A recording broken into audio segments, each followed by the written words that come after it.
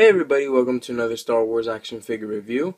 As I said in my previous video, I said we're going to be doing a couple more reviews on Jabba's Palace, henchmen, goons, and skiffs. So today we're going to be taking a look at a Saga collection figure, and that is this guy. This is Barada. You see? Before we take a look at the figure, as always, we're going to look at the packaging. Alright, you do have a cool picture of Barada here. Just trying to avoid the glare.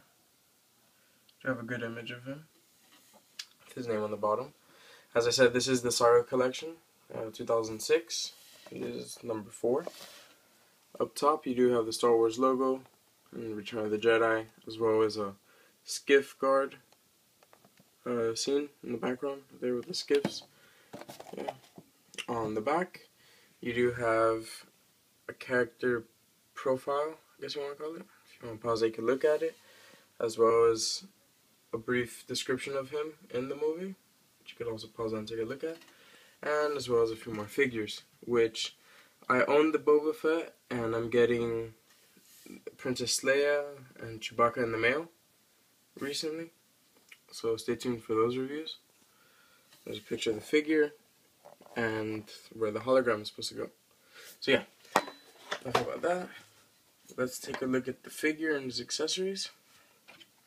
Now, this figure is from the Saga collection, 2006, so it's not the best of figures, but it is the most up-to-date one we do have of Barada. The vintage collection, they did come out with a similar one, which was Kathaba. But yeah, let's just talk about his accessories first. He does come with the Saga collection stand, with his name on it, right there, as well as Return of the Jedi. Sorry about the light. But yeah. He does have very tight peg holes. If you want to take note of it, it makes like a very squeaky sound. Yeah. He does also come with this hologram, which I do believe it's Count Dooku. It's in blue, so I found it a bit odd. Normally the Sith in these holograms are red, but I guess I decided to do it blue.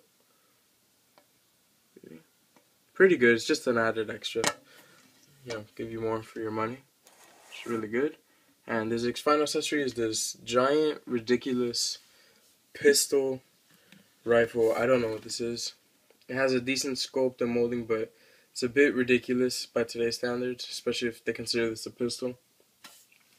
For some reason, I do get the impression that this figure is a repack. I just can't put my finger on it and say where, but this figure seems very familiar, and it seems a little bit outdated even for 2006. But, I guess we're just going to take a look at the figure now. He has good details, except for his face. I'm going to focus in on. His face could have been done a little bit better in terms of paint applications. The sculpt is decent. The top, spikes are good. The bandana is molded on and painted nice with some good details and weathering. The back is also done pretty well. A lot of pouches have been molded in. See? As well as the sides. Let me just lift up his arms so you get a better look at. See? All the pouches are done very nice. And he does have a bandolier going across his chest, but it is not removable like the vintage collection figures. It's a bit unfortunate. He does also have good paint applications with the blues, and he does have a red stripe going down, as well as decent boot sculpt and paint application, though I'm not sure what these specs are. I guess it's supposed to represent sand. I don't know. So yeah, pretty good molding. Not so good paint application wise. So yeah, this figure really suffers in articulation. He has 6 points of articulation. He has a swivel neck, which you see right there.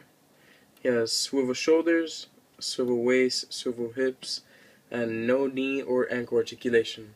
He doesn't bend at the elbows or wrists. It's just a very basic figure. You pretty much have him in this pose all the time.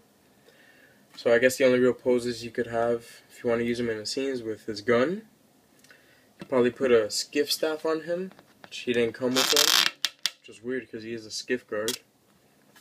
He can also be holding a drink and stuff. So this figure, all in all, isn't too bad. Especially if you do want Barada for any skiff or Jabba's palace scene, he's a must. And he is the most updated version so far, so you're pretty much stuck with him.